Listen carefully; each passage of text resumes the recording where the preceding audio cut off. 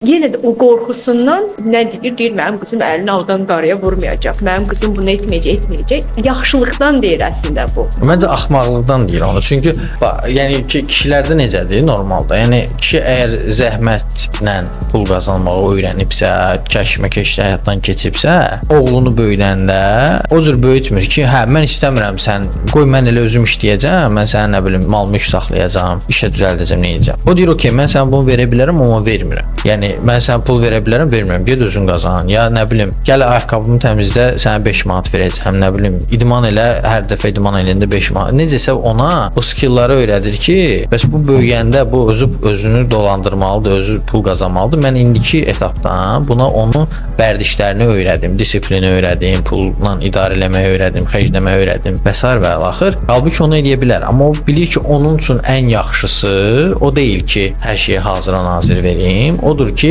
mən hiss elədiyim əzabları, ağrını o da hiss eləsin. Çünki başqa yolla o gəlib formalaşıb güclü kişi ola bilməz. Amma qadın deyir ki, məndə bu şeylər olub, səndə olmasın deyə qələt eləyir kişilər. Ona biz qulluqçu deyilik, amma mən özüm olmuşam, amma problem yoxdur. O bir növbəsinə yaxşı. Özü siqaret çəkən adam oğluna deyir, siqaret çəkmək ziyandır.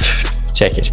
O da onun kimi özü onu eləyir, amma qızına deyir ki, yox sən bunu eləməyəcəksən. Mənim kimi axmaq olma, get oxu, karyera qur, pul qazan, kişidən asılı olma, kişi şeytan obrazı yaradıblar ki, kişi pisdir və kişi pul qazanır, onun üzərindən bizi manipulyasiya edir, idarə edir. Bax qoymadı mən falan paltar yeyinim, falan yerə gedim və o harmoniya oradan başlayır pozulmağa məncə. Ki qadınlar o kahva ilə böyüyür ki, kişiyə ehtiyac yoxdur, kişi lazımdır. Sonra da tənha qalır, bəs biz tənhayıq axı, bəs özün istədin də.